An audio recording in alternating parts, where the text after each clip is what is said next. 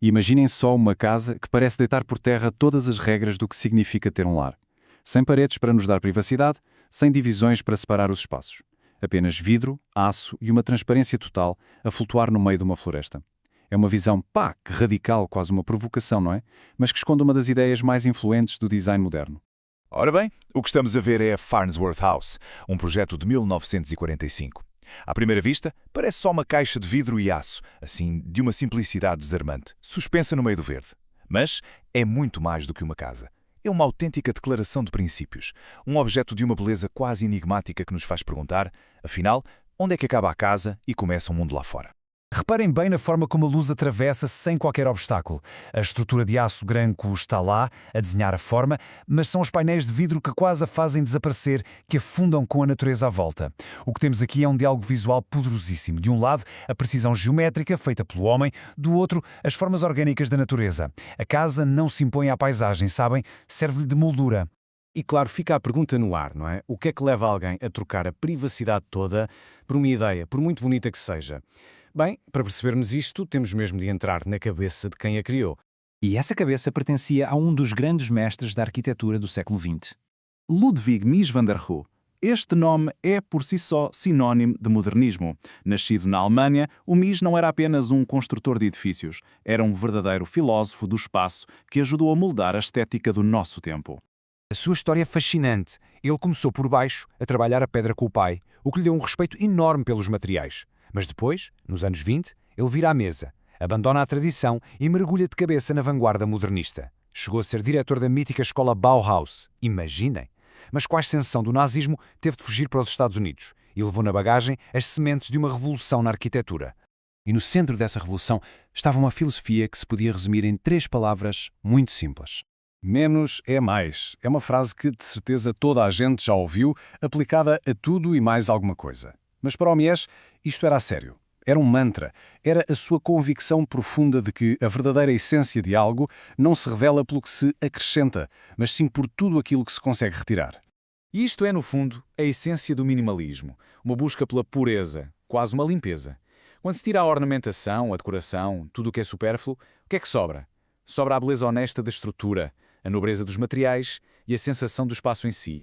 E aqui percebe-se bem o quão radical esta abordagem era. A arquitetura clássica escondia o seu esqueleto atrás de fachadas cheias de enfeites. O Mies fez exatamente o contrário. Pegou na estrutura, nas vigas de aço, e pô-las à mostra. Celebrou-as. Basicamente, transformou os ossos do edifício na sua própria pele. Mas atenção, esta aparente simplicidade engana. Para se chegar a este resultado, é preciso uma dedicação, quase uma obsessão com a perfeição. O que nos leva à sua outra frase famosa: Deus está nos detalhes. Para o Mies, a filosofia do menos só resultava se o pouco que ficasse fosse executado na perfeição. Cada junta, cada soldadura, cada linha onde os materiais se encontram, tudo tinha de ser impecável. A pureza exigia precisão. E é exatamente isso que vemos quando voltamos a olhar para a Farnsworth House. É a perfeição destes detalhes que permite que a fronteira entre o interior e o exterior se dissolva. A estrutura é tão elegante e discreta que quase se torna invisível, deixando-nos apenas com a experiência pura do espaço, da luz e da natureza.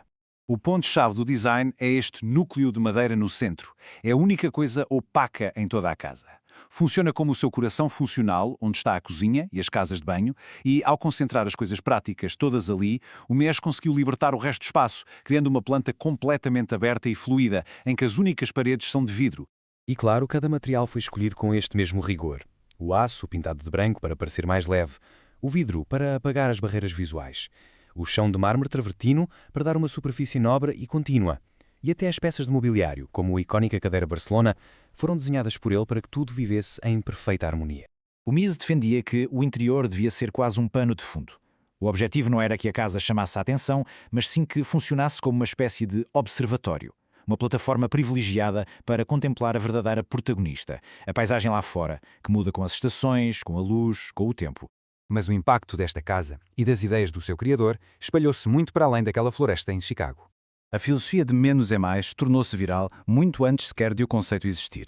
Saltou da arquitetura para o design de produtos, para a arte, para a moda e, eventualmente, para um estilo de vida. Tornou-se, sem dúvida, uma das grandes ideias que definem a modernidade. Conseguimos seguir este rasto. Tudo começa com a visão de um arquiteto. Essa visão materializa-se em edifícios de uma pureza radical. Depois, a sua estética inspira o design de objetos do nosso dia-a-dia, desde um telemóvel a uma cadeira. Por fim, transforma-se numa filosofia de vida, uma procura por clareza e propósito através da eliminação do excesso. E isto leva-nos a uma última reflexão. A Farnsworth House foi uma proposta extrema há mais de 70 anos. Mas hoje, na nossa era de excesso de informação, de consumo, de ruído digital, se calhar a procura pela essência, a filosofia do menos é mais, nunca foi tão necessária. A pergunta que fica é: o que é que resta essencial quando se remove tudo o resto?